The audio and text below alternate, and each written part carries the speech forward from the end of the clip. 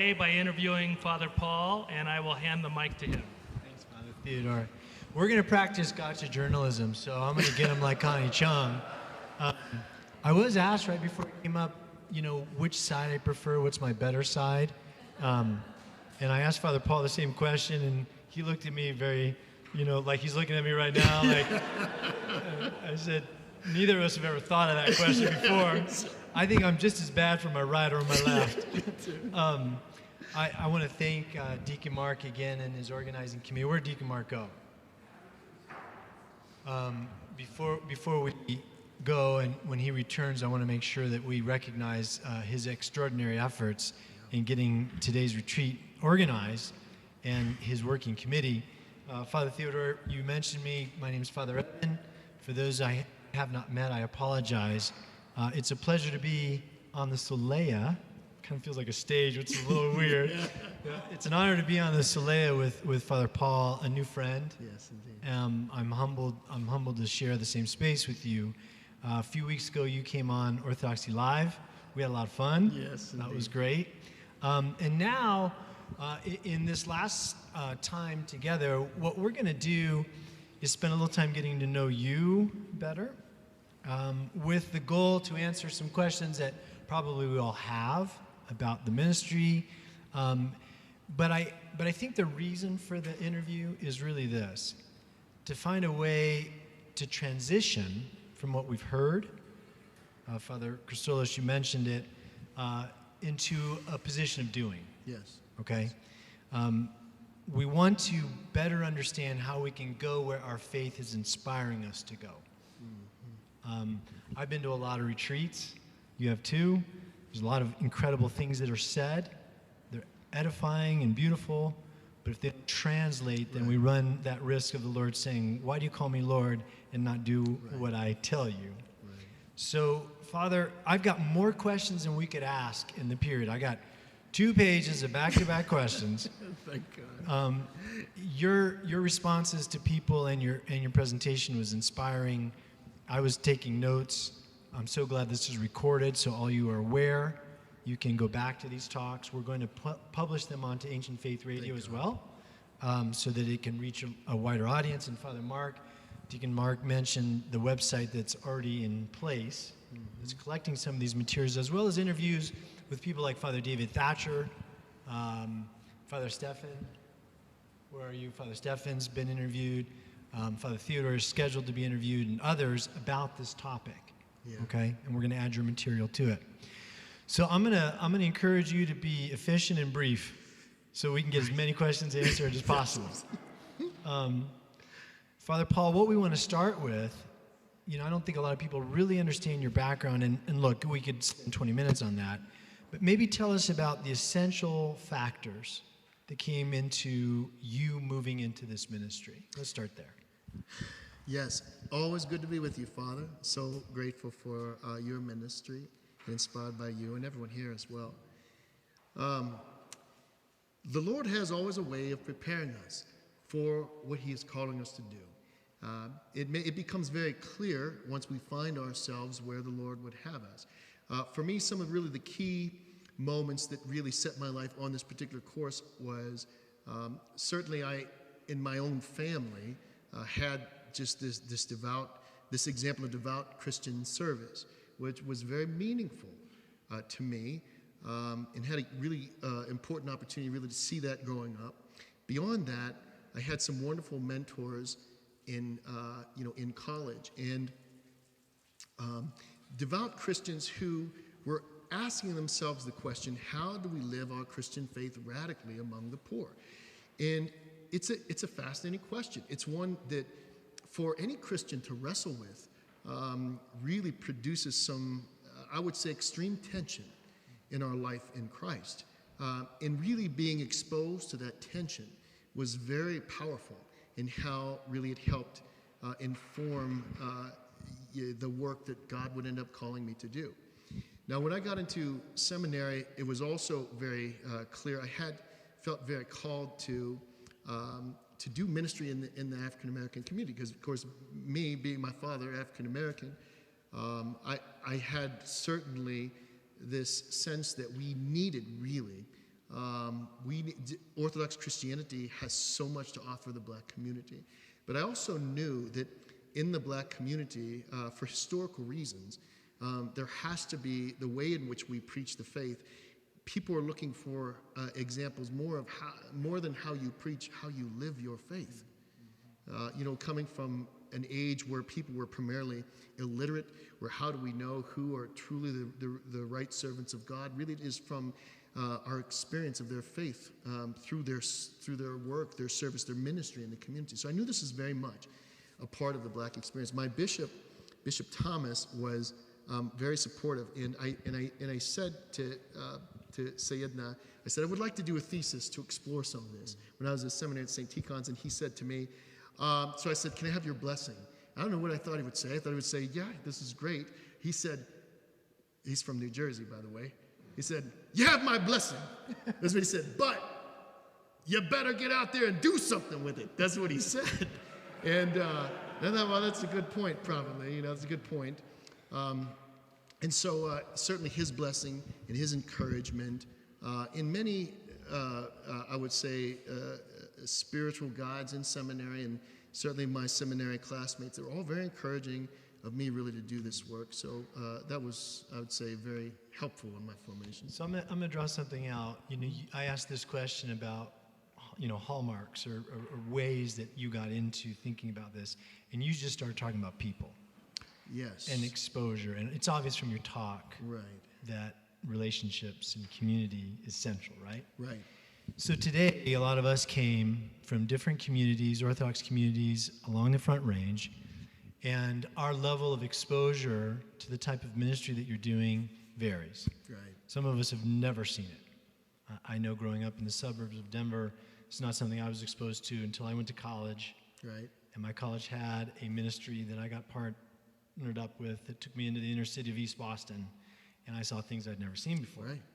So some people are being exposed for the first time. Some have some exposure. Some are still like swimming in the clouds about what you've been talking about. So I want you to talk a little bit about moving from that experience and that exposure and that idea to taking your first step, because I think a lot of us are still on that first step. Right. What do we do? Yeah. And let me preface my comment by saying the first step is the most challenging.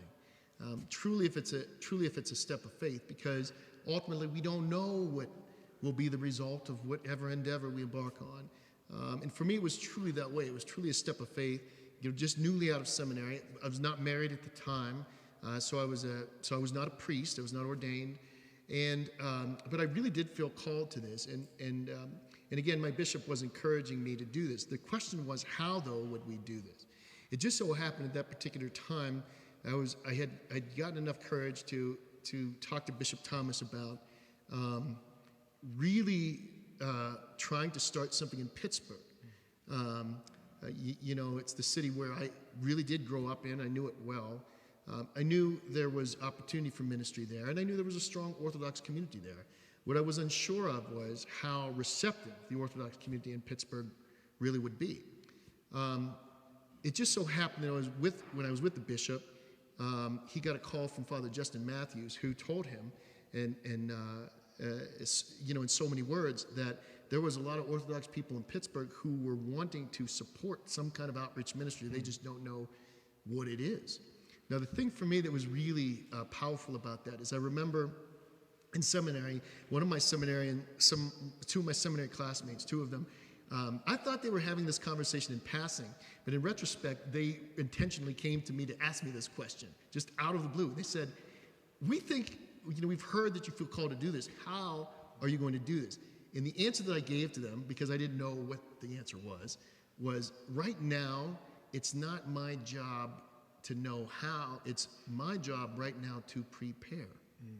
The question is, how really had I really prepared myself spiritually, certainly in terms of who did I know, who I thought had some expertise that was relevant here, who could be potential partners in this. These are things of preparation that at that particular period I was really dedicated to. When I found out that there was a group of Orthodox Christians in Pittsburgh who really wanted to support, it was just like this, some kind of outreach, but they had no kind of idea. Bishop Thomas, his response was, well, you have my blessing, but I've got the guy for you to do it. And he connected me to the conversation. And what was so interesting was, being a Pittsburgher, I knew that, I thought that the best place to do this would be the Hill District. Now, the Hill District, we hadn't had an Orthodox presence for many years. I thought that if I said, when people would say, well, where do you want to do this? I thought outside the Hill District, people say, well, we got to support this kid. Because he wants to go on the Hill, he's going to do, there's lots of opportunity for ministry. What I didn't know was, when I said, we want to go to the Hill District, there was a lot of people who, they didn't say it, and they didn't show it when I said it. But I found out after the fact that they were saying, I can't believe he wants to go to the Hill. That place is really dangerous. It's really bad. It's really terrible. And I didn't know that when I was talking about going there. Thankfully, I just maintained my persistence. And the first thing that I really understood was it would just be very important to go there and be with the people, get to know the people, and really listen to the people. And I took every opportunity really to go and do that.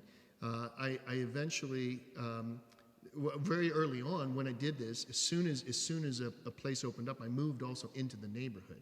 Because I knew it would be very important to share my life with them. There are so many people who come into the neighborhood, they do good work, and then they go home and leave. But I thought, if they're going to know that I really am serious about this, because see, there's two things. You know, we had to show people in the church that we're really serious about this. But which is even harder, I think, is to show people in the community you're ministering to that you're serious about this. So I thought, so I understood that, and I knew this from some of my mentors, that moving into the neighborhood was one of the most effective ways to just demonstrate that commitment right off the bat. So I did that, really got to know people, and through these relationships found, nobody had this place of prime real estate, but it was this, this rickety old building that I guess they thought, well, how much damage could he do if we give him this little old spot over here? Of course, we had to pay, for it, but just getting that spot, opening the door, and allowing people to come in, but not just waiting for people to come through the door, really going out to be with the people, meet the people, walk with the people. And one thing, Father D, we were talking about just yesterday, it was so fascinating because I had come from this experience, St. Tikhon's, which is just, like any of our seminaries, it's just so beautiful. I mean, the seminarians, the monastics, the priests and deacons who are there, the families, the Orthodox families, the seminary families, very beautiful experience. Everyone there is Orthodox. And we go from that to being in a place where you are the only Orthodox. No one else is Orthodox Christian. And being able to understand that even in that situation, our experience, for me, my personal experience of Orthodox Christianity was very profound among the non-Orthodox. Yeah. And that's where it really began. Father, I'm going to talk a little bit about, where the ministry is today, and then kind of try to understand where you started. Yeah. When I think about the feeding of the 5,000, yes, the disciples are terrified because they got this whole group of people that are hungry, it's late, and right. They don't know what to do with them. So they go to the Lord and say, hey, why don't you get rid of them? Right. And then he says to them, no, you give them something to eat. Right, yeah. And what I always found fascinating about that is that a couple of them stepped forward and said, well, I got 5 loaves. Right? What's that going to do? But they took the little bit. In John's gospel, it's actually barley loaves. So it's not even normal bread. It's just kind of the basic poor person's bread. Well, we got this. So you started there. Tell us a little bit about where you are, and then we're going to come back to where you started. Okay, yeah. So where are you today? What's going on the Hill? Okay, so the Neighborhood Resilience Project. So we have the spiritual anchor of the Neighborhood Resilience Project is St. Moses the Black, which is a parish. So the parish did not exist before this. The ministry actually preceded the parish, so the parish emerged out of the ministry afterwards. Yes. And so the St. Moses the Black, we have a parish and ministry, the Neighborhood Resilience Project, and they have a spiritual connection, and they're connected also legally as well. In the same place, in the mission and the ministry that we have is we say trauma-informed community development. Now, that we have really three areas of ministry by which we advance that. What we're talking about is really how we get from trauma-affected community, it's a term we use, to resilient, healing, and healthy community. Because there are communities that have truly a disproportionate experience of trauma. And the Hill District is one of those communities. When you start to look at some of the data and some of the data, we've had an opportunity to partner with universities to confirm what I already knew anecdotally and pastorally, that this community had more trauma than many other, than the average American community. And so if we understand that, and understanding in the church we have a healing ministry, we understood that we could actually build a ministry to really work, or to really heal, work on helping the community heal, to facilitate the healing process. And so this framework emerged, trauma-informed community development. So we have three areas of ministry by which we advance this. The first is community support. And that's where we really focus on basic needs and emergency relief. So we are talking about food, we are talking about clothing, we're talking about lights, gas, rent, we're talking about transportation assistance, IDs and birth certificates. You wouldn't believe how many people don't have identification. I mean, I'm not just talking about people who are undocumented, that exists too, but I'm talking about Americans that don't have just identification because they've been couch surfing for years, or they've come out of prison. And you can't do anything without identification. So even understanding that as a ministry, and of course with that, having different kinds of therapeutic sorts of groups, all of which are informed by our Orthodox Christian theology. So that's community support. The second area of ministry is health and well-being, and that's where we have a free health center. So we have free primary behavioral and dental care for the uninsured and underinsured. All of the clinicians that come and serve, with the exception of our medical director, they are all volunteers. So I like to say that I get to see the icon of the Holy and Mercenaries come to life every time we open the doors of our clinic. So we have that. We then also, health and well-being, we have a trauma response team that responds to homicides as a result of gun violence across Allegheny County.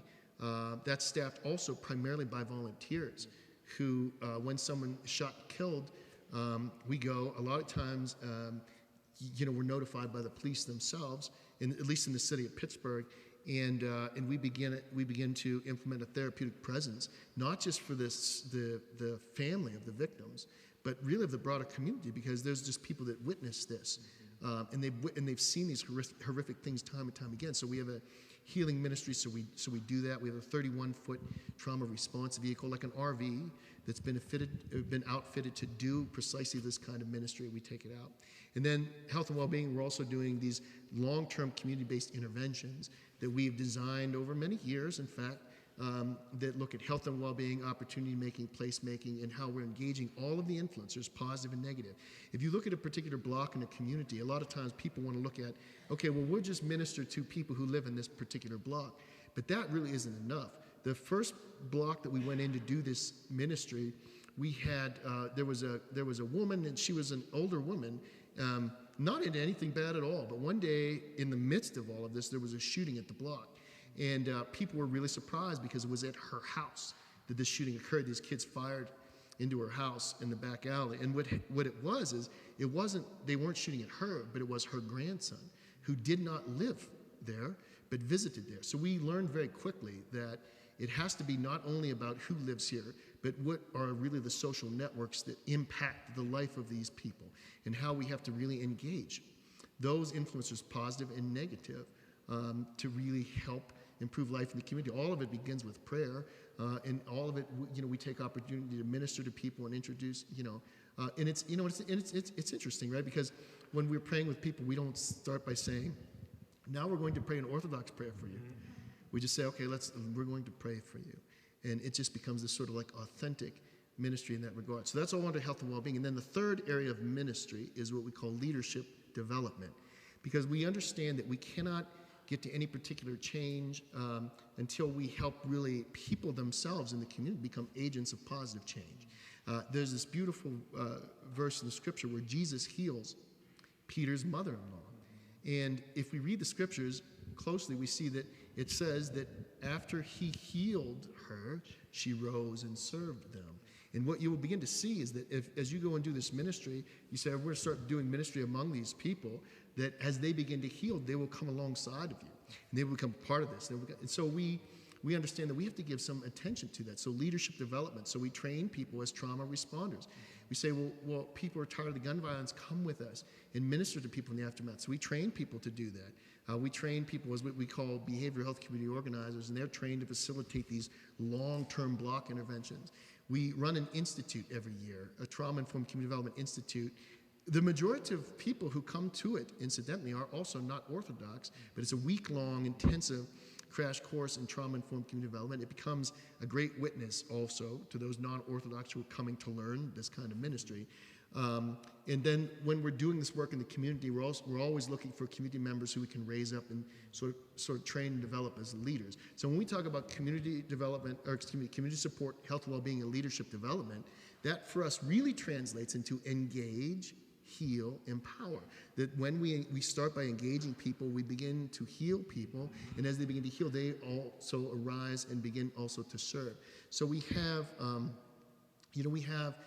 there's a lot of people that come through and volunteer. We have 100 regular volunteers that are have some sort of skill or role in the ministry. We have about 25 full-time, part-time employees at this particular point. We've got some vehicles to help us facilitate the ministry, and we have a facility now in the heart of the Hill District that serves as a sort of like a base of operations. It is not in those four walls that the ministry happens. Ministry does happen there, but much of our ministry actually happens out in the community. So I just take a deep breath. Yeah. And let's recognize the work. Let's recognize the work that's happened. I think, Father Paul, we're thankful, right? Because if it's possible there, that's it. It's possible here, right? That's right. So I'm sure all of this was in your mind. Yeah. All the details, plans, money, staff. That was all in your mind when you first got going just over a decade ago, right? I'm joking. Right. What did it look like in the early days? Lord have mercy, yes. In the early days, really it was just me. Okay, it was just me. And then... Just you. Just me. Okay, so I was the only one that was doing this. And then someone said, well, we'll get you there was a donor who said, well, if we had $8,000 to give you, what would you do? I said, well, I'd get maybe someone in here part-time till it run out. That's what I said. And so they said, okay, well, here's $8,000. So I got part-time, like minimum wage, a woman from the community who was just a wonderful asset. One day I get there and she wasn't there. She was always there like early to open up and all of that, but she just wasn't there. And so I'm asking, has anybody seen? And as it turns out, she had been arrested the previous night. And it was related to her boyfriend at the time who was on parole, and a buddy who had got to prison to visit him. As it happens, the parole agent, they make these unexpected visits, visited, and the guy who had come to visit had a backpack full of cocaine. So everybody got arrested. And so I have a friend, and I was thinking, well, I just got this money to hire a part-time person, and she just got arrested. And so I was telling my buddy this, and he's a minister of Church of God in Christ, and he's a community guy, and he understands this, and he's listening to me, and he said, man, your whole staff just got arrested. That's what the early days were like. That's what the early days were like. What I learned really through that period is, suffering really is a part of it. Mm-hmm. And learning how really not to get discouraged, not if, but when things go badly. And when things go badly, trust that, as the scriptures say, what men meant for evil, God means for good. Yeah. That the Lord is good. Everything works to the good for those who love God. And I've very much found that all of the setbacks and tragedy over the years, the suffering, the sacrifice, that it's all really been redeemed. And what overshadows all of those hard days are really the many miracles, to include how, where we are right now in terms of, facilities and resources and personnel. So it sounds apostolic. I mean, Jesus leaves an the apostles start getting arrested, right? Yeah, that's right. That's a really powerful place and story, right? Yeah, you know, I thought you were going to say something like, I took the $8,000 and went and hired a lawyer or something to get her out. That would have been phase 2. That's phase 2. All right, so switch again. I noticed you don't have any problem preaching. So I want you to preach a little bit. So we have this group of very talented people with lots of resources, right? Treasure, time, talents. I mean, this is a rich room in that regard. I want you to preach to us, and you did a lot of inspirational talking during your time this morning, this afternoon. But I want you to give us another little 3-minute sermonette and really inspire us. We've got more questions, but one of the things that we're going to do before we end is I've got these 2 clipboards here where we're going to collect from the people here some of their ways and ideas of how they can help this ministry get moving. So I want you to inspire us. Like, why should they sign this sheet? Why should they write down what I can give, time, talent, and treasure, to this beginning effort? Why should they do this?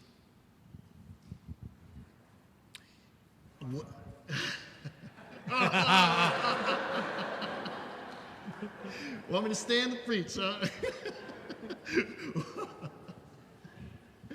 I appreciate that. I love that there's humor here, by the way. It's very uplifting. Well, so let me say this. God has given us all talents. He's given us all talents. Doesn't matter if it's 1 or 2 or 10, He's given us all talents. He expects that we multiply these talents.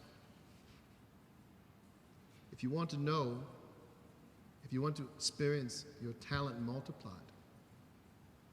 offer it back to the Lord. If you're a doctor, if you think you know what it means to be a doctor, come and serve the church as a doctor.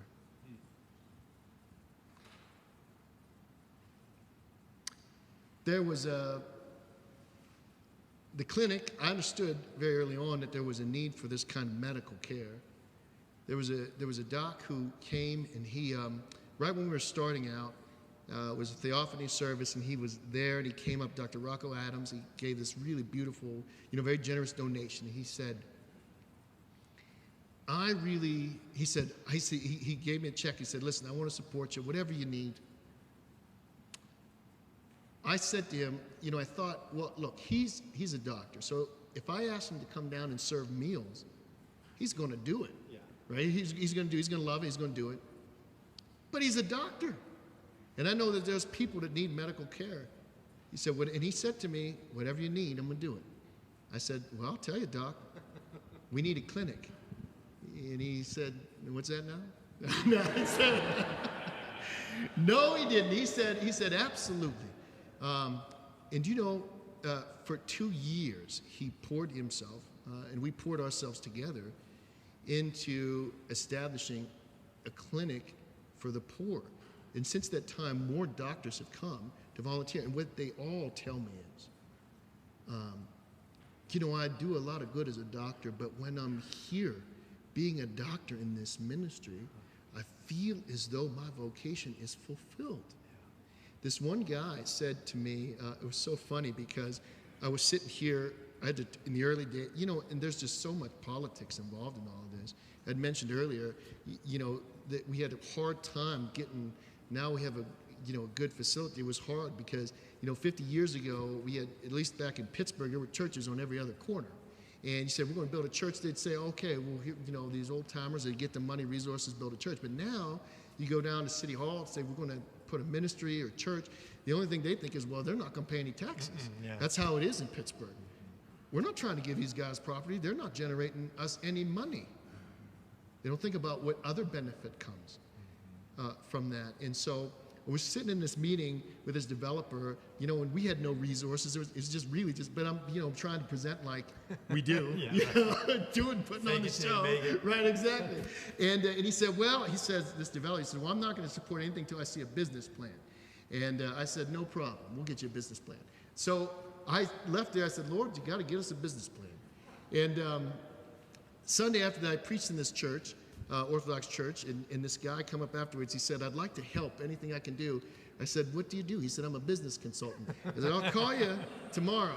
And you know, so I had this meeting with him. I said, listen, we got to put this business plan together. He said, well, that's no problem. I do those all the time. I said, and he said, I'm so thankful that you called me to ask me for help. He said, I went to the church and I said, listen, I'm a business consultant. Is there some way you can help? And they said, you can direct the traffic for a food fair. Yeah. And he said, I really felt as though I had a talent that I could offer back to God. And so what I will say is from these if you think you know what it is to use your talent, you will truly know what your talent is when you use it in the church. Wait and see how you get set on fire using the gifts that God has given you.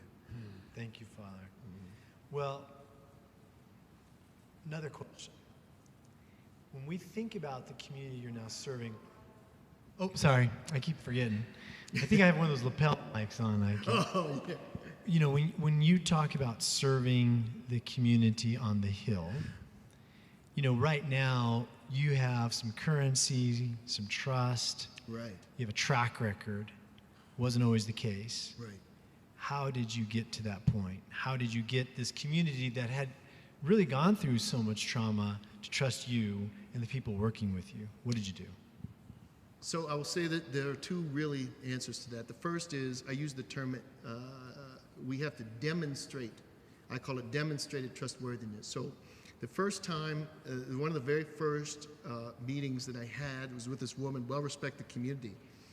And she said, oh, this Christian kid, he come in here, want to do something good for the neighborhood. And she was real nice. She said, I'm a Christian too, she's telling me, real nice. And she said, well, I think it's really great what you want to do. And since you're here to help, I got a niece who has 4 children, then none of them have beds.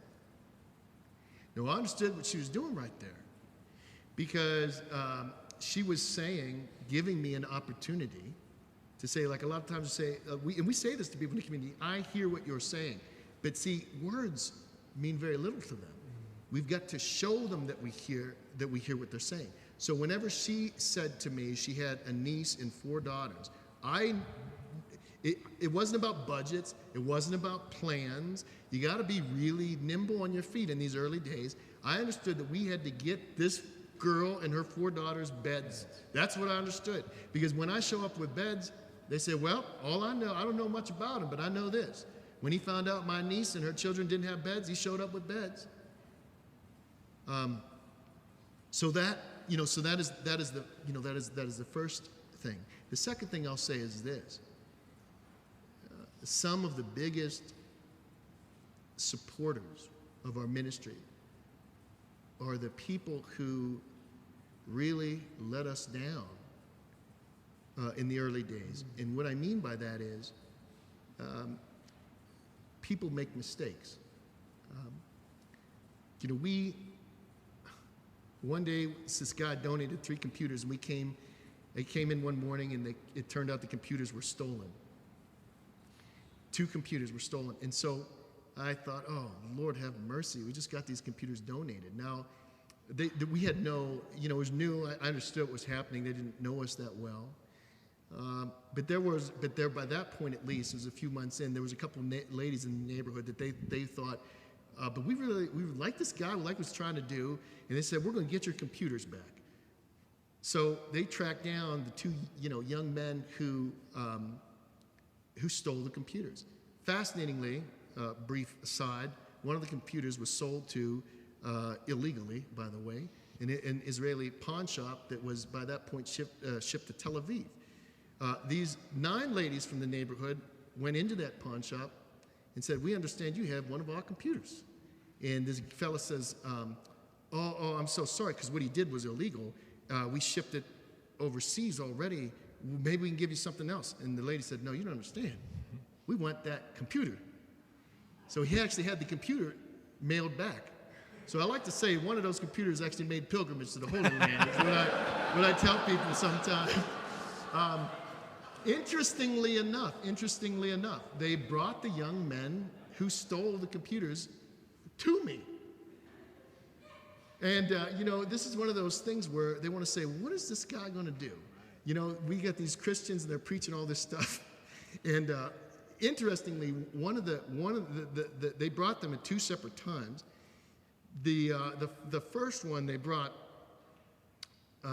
when they brought him, it just so happened that Katrina Bitar, who some of you might know, the daughter of Father Elias Bitar, of blessed memory, she was there. We were taking her, it was her birthday. We were taking her out to get some pizza. And they just, right when we were leaving, brought this kid in. What's he going to do? And so I said, I'm thinking, I got to address this now, I think. I don't think I could tell him to go away and come back. So I said to Katrina, and Katrina, she runs Youth Equipped to Serve, so she has this sort of like radical orientation to the faith. So I said, at least it's Katrina's birthday. So we said to Katrina, so I pulled her aside, I said, well, I know it's your birthday, but this kid, I gotta address this situation, and we'll try to do it fast. And so we're both sitting thinking through what could we do, and so she said, we looked at each other, and almost at the same time, we said, we could bring him with us. We could bring him to the pizza party, I guess, And so we invited him. We said, we're getting ready to celebrate Katrina's birthday. Would you like to come with us? And he said, yeah, I'll come. And, I have this really vivid memory of him sitting. And you can imagine this table full of Orthodox, and the love, we've all experienced it, and all sharing pizza. But I'm eating pizza, and he didn't say not one word, but he sat there in the midst of that fellowship. And, I'd say he just found some peace. And when people steal from you, when they hurt you, when they rob you, when they threaten you, and you continue to love them, the very people who stole from you and threatened you or robbed you become your greatest supporters, because they say, essentially, he never gave up on us. So many people have given up on them over the years. He never gave up on us. And, even just the other day, I hear people saying that, not just about me, but about others in the ministry. They never gave up on us. And whenever people have that experience where they actually offend you and you continue to be there for them, that does so much to build trust. Because it is, after all, just this radical display of unconditional love that truly has the effect of softening hardened hearts. Oh, her sister. That was her sister. Yes, her sister became a nun. That's right. Yeah. There's a strong sense, both from your answer there and what you said earlier, that, you're trying to be authentically a follower of Christ in the midst of this ministry. It's not a put on, it's not an act. Right? And that you're living in the midst of this community, but you're part of the community, right? Right. You're leaving your bones there. Right. So in that sense, you can engender the type of trust because they don't see you as someone who's just simply coming in and then leaving, right? So let's flip it. In terms of the Orthodox communities that have been involved, how's it changed them? The thing that is so amazing to see, and I don't want it all to take credit for this, but the amount of ministries that are coming out of our parishes in Pittsburgh, at least what I have seen, have just increased so much. People, once they have that experience of this, they have this sense that, we can do this anywhere. They get this sense of, that actually Orthodox Christianity, like before people say, we can't imagine doing this as Orthodox Christians, people now saying we can't imagine Orthodox Christianity without this. That this is truly a central part of the faith. Of course, it's one of the pillars of the spiritual life, the Lord says, right? Almsgiving is one of the pillars of the spiritual life. And so we've seen that people in these parishes that truly are not only set on fire, but they set their parishes on fire. It's really helpful too because, as sometimes we know as priests, it can be challenging to exhort the people. But even how they encourage their priest to give them exhortation. We've seen that happen too. And so the other thing is that what's really beautiful is coming into this, I would say Pittsburgh is a very old Orthodox community, and there was always this. My uncle, he used to call it. My uncle, who on my mother's side, my Syrian uncle, he is Orthodox Christian. He always used to say, he said, we have a ghetto mentality. He used to say that. He said, we look down at ourselves because we're Orthodox. These older parishes, now I'm talking about these parishes have been there for 100+ years. That's how they've looked at each other. But whenever you start to see, like, for example, in this issue of gun violence, where should we go? When the health department made a decision about who should really spearhead this effort. And there was this other big organization that had big history track record of this. But then whenever we presented, we said, this is what we've been working on. This is what we want to be trying to do. It was such a compelling argument. They were supposed to just make a decision just based on the paper. What they ended up doing was saying, would you be available to come in for an interview? And they interviewed us and this other larger organization. And the reason is because they just couldn't believe that, this church group would put together a more compelling vision than, the secular organization that had done this for many years. And in the end, the health department chose to go with the church. And what's really interesting is when people see that as the church, we're in this era where people really feel, I think, sometimes afraid to be openly Christian, or afraid to say the church is going to do this. Maybe they want to hide. When they see that the church is really doing this in a very public way, it also encourages, and I would say emboldens, and we have to have our humility in this, obviously, but even encourages and emboldens the faithful to even be more public in their faith as well. Yeah. I mean, I have a lot of faith in the faithful. Right. That they do, in their heart of hearts, want to serve the Lord, and they want to do it sacrificially. And, on the radio show that you and I shared together, typically that's not pre-recorded like we had to do. Right. And people call in, and I'll never forget, the show's almost 10 years old, but one of the saddest questions I ever got was from a young woman on the West Coast who said, I've newly become Orthodox, I'm attending a very large parish, and I've asked for ways to serve now consistently from my parish, and they don't have any. Right. So this reality of providing an opportunity for what is already inside someone's heart, right? Things explode, right? Absolutely. Right. I want to ask a hard question. Oh, only these were easy? From my Up till now? perspective. Oh, okay. Okay. You talk about trauma-informed community development, okay? And you've used the term several times. You gave us sort of how you address that with those 3 areas of focus. But I have to be honest, I kind of don't understand what the term means to you. And I said it's a hard question because 5 minutes or less, you got to explain it to this room. Right. What is trauma-informed community development? When, one of the things that really we are really trying to do is we're trying to, the Apostle Paul says all things to all men.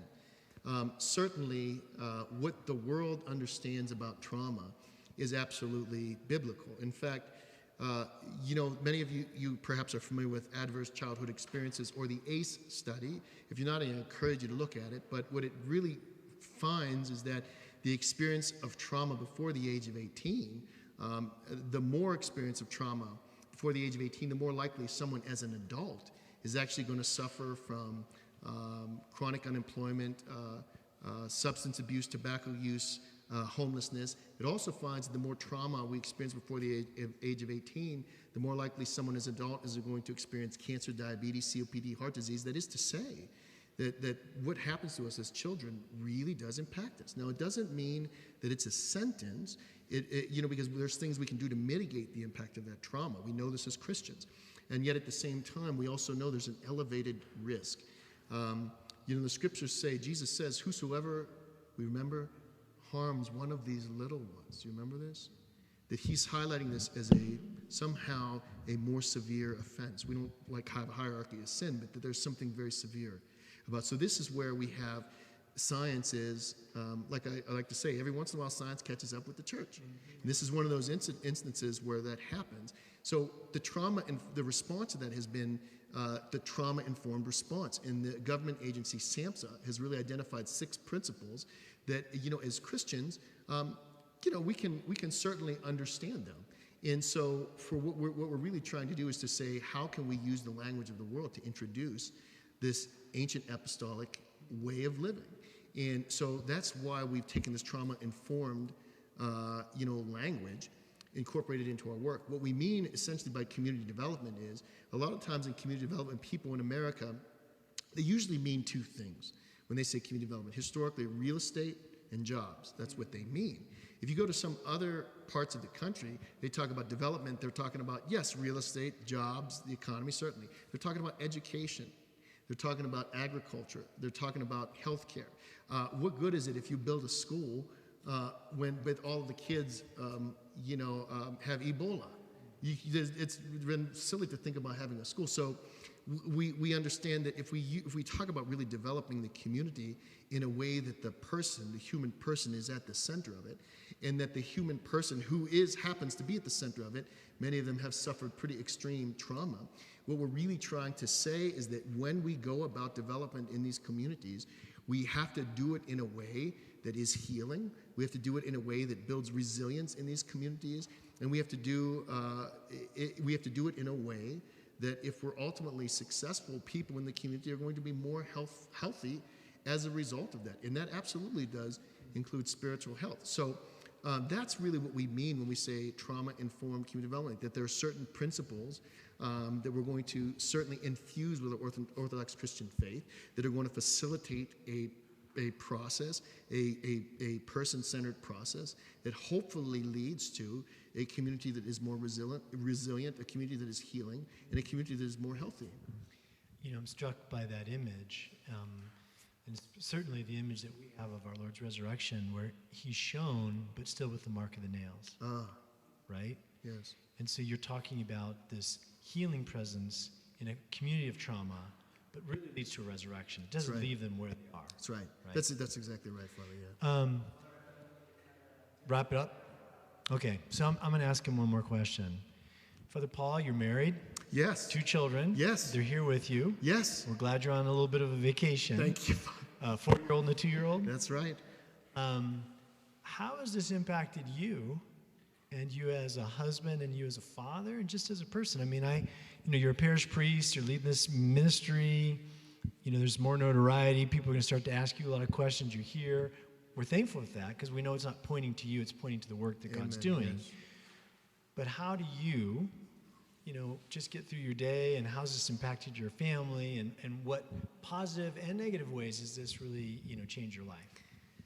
Yes, well, for me, it is really important to understand that my family is my first ministry, and that is so very challenging, because in this kind of ministry, it is, as we can all imagine, it's 7 days a week. It is also not 9 to 5. And so, it's certainly, the struggle is real to work to be a good father and a good husband, father to my children, a good husband to my wife. That's why they're here with me in this trip, because we've got to take every opportunity to, my children are growing up in the city, so some of these things that, are our reality, or, for them, it's around them. Now, they don't necessarily perceive, for example, things like the gun violence, but it is around, and it's certainly on our mind. We can never escape that. It's looming over us, over our whole community. Taking them to, being able to bring them to other Orthodox communities, take them out of the city and expose them to the beauty of God's creation becomes a very important aspect, certainly, of my fatherhood and, time for us as a family. And also, I think, making sure that if people understand, and this is also, again, very biblical, that as the scriptures say, we can ordain, talking reference to bishops, but we know in terms of clergy, that before, you can't be clergy if your household is not first in order. When I demonstrate this to the people in the community, to staff and all of that, that becomes a way of also witnessing to the importance of family, really modeling that to them, an icon of that family. Now, I will also say that it's very beautiful, because my children have, they come and, the people, like Orthodox people, they really are their family. But then also, they've got homeless people that they call uncle and aunt. It's a beautiful thing. They have people who are in their life who they love, who have their PhD. They have people who they love who never graduated from high school. People who they love who've done really exemplary things. People who they love who've spent most of their life in prison. And and I think to raise our children up with that kind of exposure is very important. Now, the final thing I'll say is how my family impacts my ministry. I remember when my son, who's my oldest child, was first born. It really impacted the way I saw everyone who was coming through the door, because there would be these guys who were like hardcore, hardcore killers, or hardcore, whatever, coming out of prison. And when my son was born, then when they would walk through the door, the only thing I could see is my son. The only thing I could see is when they were a baby, that they weren't always this way, that they once were this innocent little child. And to just really reflect on what has happened in their journey that took them to, really this place has had a profound impact on my ministry, and really continues to inform, the way I encounter folks when they come through the door. Father Paul, thank you.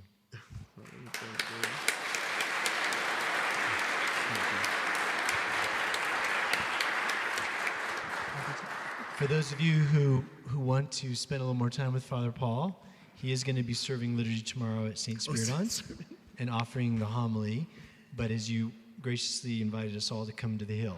Oh, indeed. So hopefully we'll do that. Yes. Father Theodore, while Vespers is going, I know that we often at the end of our services pass a tray, quote unquote. I'm going to be passing these clipboards. There is a basket for donations in the back of the church if you want to help support this nascent ministry here in Colorado. A lot of you asked if we could get information to you either by mail or digitally. Deacon Mark is going to be working on that, and that'll go out by email, Deacon Mark, to everybody who's attended today. If you've got friends you want to share that with, of course you can do that. Like I said, these are going around. It's pretty basic. It's asking for your name, your email, your phone, and how you can offer a time, talent, or a treasure, the last column. Please don't leave without putting something down, as small as it might be, and the team here will get in touch. Once again, thank you, Father Theodore, for hosting. Thank you, Deacon Mark, and your committee for the hard work that went into planning this. Great first step. Great first step. Father Paul, thanks for coming out. I'm going to give this mic to Lynette Horner, who works with and for Ancient Faith publications, and she wants to tell you about a book that Father Paul wrote. Father Paul's a little too modest to toot his own horn, so I'm going to do it for him. So I'm Lynette Horner. I work part-time for Ancient Faith Publishing, and Father Paul's first book will be coming out in February during Black History Month, and it's called The Prayer of a Broken Heart, an Orthodox Christian Reflection on African American Spirituality. And I've been able to read it twice, and I've learned so much. He talks about a lot of the things he talked about here, or shared about struggles in poor communities, and also I learned a lot about slave religion that I did not realize they were very much like the persecuted church. And so Christian slaves who wanted to serve the Lord were often beaten for praying. We're talking about here in America. I mean, if you allow your slaves to be baptized, that means you're admitting they're human and that they're your brothers and sisters. I had no idea a lot of this went on, and I wish I knew the names of some of the stories you shared, because I want to ask them to pray for me. Wonderful book. It'll be coming out in February. Thank you. So we're gonna close the retreat with prayer, and I think that would be very pleasing to Father Paul and to God, because it should be the beginning and the end and the center of this ministry that God is calling us all to in our parishes and also within the Good Samaritan Project. So please follow along in your booklets, and if any of the clergy have vestments and want to celebrate, you're more than welcome.